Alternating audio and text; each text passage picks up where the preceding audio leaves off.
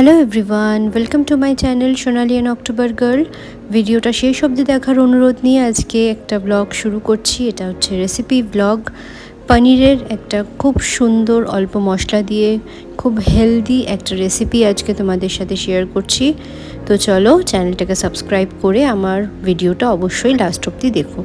তো দেখো এখানে আমি অনেক সবজি নিয়ে নিয়েছি, আলু, ক্যাপসিকাম, ফুলকপি, তারপর এখানে বিনস ছোটো ছোটো করে কেটে নিয়েছি, আর পেঁয়াজ নিয়েছি, আর নিয়েছি ভুট্টার দানা মানে সুইট কর্ন, আর এখানে পনির নিয়ে নিয়েছি। তার সাথে লাগছে এখানে আমুলের ফ্রেশ ক্রিম না থাকলে তোমরা দইও ইউজ করতে পারো। আর এখানে পোস্ত আর কয়েকটা কাজু বাদাম নিয়ে নিয়েছি। তো প্রথমেই পনিরগুলোকে এরকম কিউব কিউব করে কেটে নিয়েছি।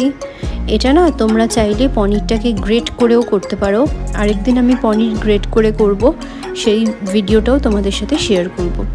তো আজকে পনিরগুলো আমি এরকম কিউব কিউব করে কেটে নিয়েছি, আর এটাকে আমি অল্প সাদা তেল দিয়ে একটু জাস্ট ফ্রাই করে নেব, যাতে পনিরের কাঁচা গন্ধটা কেটে যায়।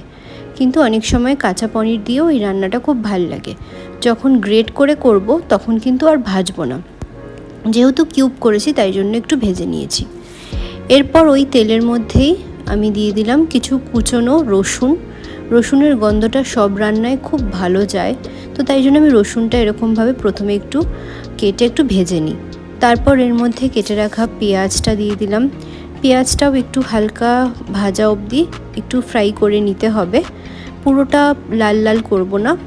তারপর আমি দিয়ে দিলাম এক এক করে বিভিন্ন সবজিগুলো, যেগুলো আমি ইউজ করেছি। তোমরা চাইলে আরও সবজি অ্যাড করতে পারো। তো এখানে আমি ফুলকপি দিয়ে দিলাম। তারপর ফুলকপিটা দিয়ে ভালো করে একটু ভাজা ভাজা মতো করতে হবে। সব সবজি আমি ছোট ছোট করে কেটেছি, যাতে একেবারে রান্নাটা ভালো মতো সেদ্ধ হতে পারে। তো এই যে দেখো, এরপর আমি আলুটা দিয়ে দিলাম।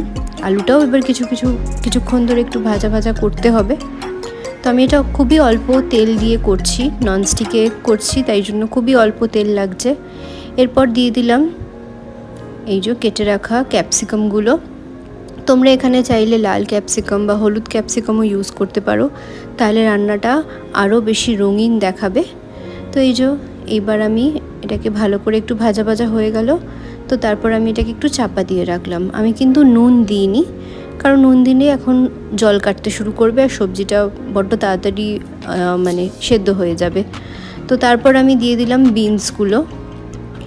তো আমি চাই সবজিগুলো একটু ভালো মতো ভাজা ভাজা মতো হোক। বিনসটা দিয়ে দিলাম, অনেক পরে বিনসটা দিয়েছি, কারণ বিনসটা যদি আগেই দিতাম তাহলে একদম গলে গিয়ে মানে বিনস দেখাই যেত না চোখে।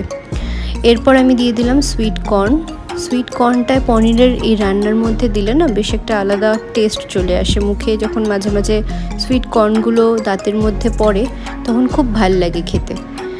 আর এই রেসিপিটা তোমরা ভাত বা ফ্রাইড রাইস অথবা রুটি পরোটার সাথেও খেতে পারো, সবেতেই এই রেসিপিটা ভালো চলে। এরপর একটু নুন দিয়ে দিলাম আন্দাজ মতো। এইবার নুন দিয়ে একটু ভালো করে নাড়াচাড়া করতে হবে। নুন থেকে যখন জলটা ছাড়তে শুরু করবে তখন ওই যে কাজু আর পোস্তর যে পেস্টটা আমি বানিয়ে রেখেছিলাম সেটা এর মধ্যে দিয়ে আবার একটু ভালো করে নাড়াচাড়া করতে হবে। একটু খেয়াল রাখতে হবে যাতে লেগে না যায়, কাজু আর পোস্ত তো স্বাভাবিকভাবেই একটু ধরে যাওয়ার চান্স থাকে। তো পুরো রান্নাটাই লো থেকে মিডিয়াম ফ্লেমের মধ্যেই হবে। এরপর ওই পেস্ট করে রাখা বাটিটার মধ্যেই আমি একটু জল ধুয়ে দিয়ে দিলাম। তো দেখো এটার মধ্যে না মশলার ইউজ আমি একদমই করব না, সম্পূর্ণ রান্নাটাই এরকমভাবে বয়েলডভাবেই হবে। শুধু ফ্রেশ ক্রিম আর কাজু আর পোস্তটাই ইউজ হয়েছে, আর নুন তো দিতেই হবে। এরপর আমি এর মধ্যে ফ্রেশ ক্রিম দিয়ে দিলাম। ফ্রেশ ক্রিম যদি না থাকে বাড়িতে তাহলে টক দই দিতে পারবে, একই টেস্ট হয় অনেক সময়।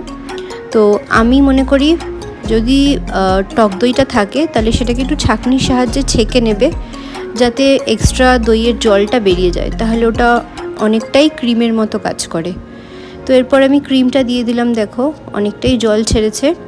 এরপর আমি কিছুক্ষণ একটু এটা ঢাকা দিয়ে রাখবো।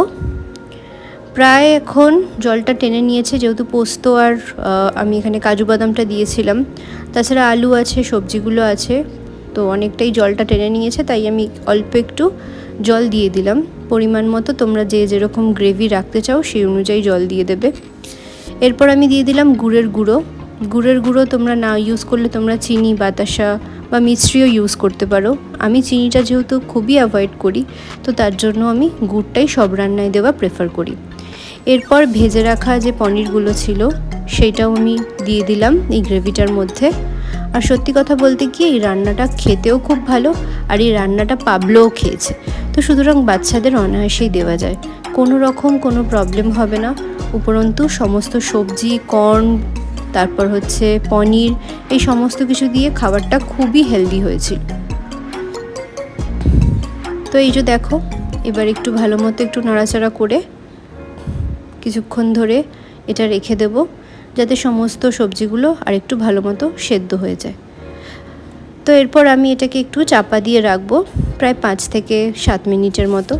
তো দেখো, এই যে আমার একদম সম্পূর্ণ এটা রেডি হয়ে গেছে। এবার আমি ঢাকা দিয়ে গ্যাসের ফ্লেমটা বন্ধ করে দিলাম। এই যে দেখো কেমন দেখতে হয়েছে। তোমরা কিন্তু অবশ্যই জানিও, আর রেসিপিটা পারলে তোমরা বাড়িতে ট্রাই করতে পারো। খুবই হেলদি আর খুবই টেস্টি আর খুবই ঝটপট হয়ে যায়। তোমরা এর মধ্যে আরও অনেক সবজি অ্যাড করতে পারো, জিনিসটা আরও কালারফুল হবে। তো চলো, আজকের ব্লগটা এখানেই শেষ করছি। রেসিপি ব্লগটা কেমন লাগলো সেটা কিন্তু অবশ্যই জানিও। চলো, দেখা হচ্ছে পরের ব্লগে। টাটা।